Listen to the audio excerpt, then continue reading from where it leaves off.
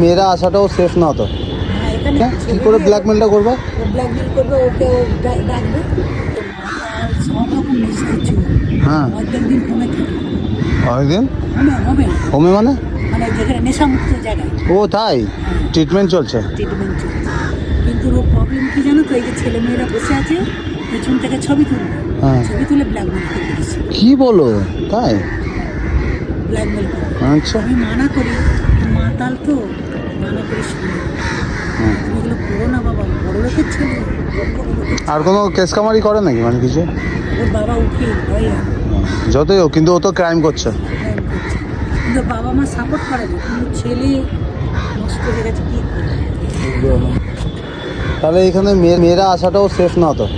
এখানে তুমি ছেলে মেয়ে যেই বসে ওর পেছন থেকে ছবি নেবে, ছবি নিয়ে কি করে ব্ল্যাকমেলটা করবে? ও ব্ল্যাকমেল করবে, ওকে ডাকবে, ওকে ডেকে ওকে আড়ালে ডেকে নিয়ে যাবে, দেখাবে ছবিটা। তাই? ছবিটা দেখাবে, যদি পয়সা না দেয় তাহলে ওটা হোয়াটসঅ্যাপে ছাড়বে।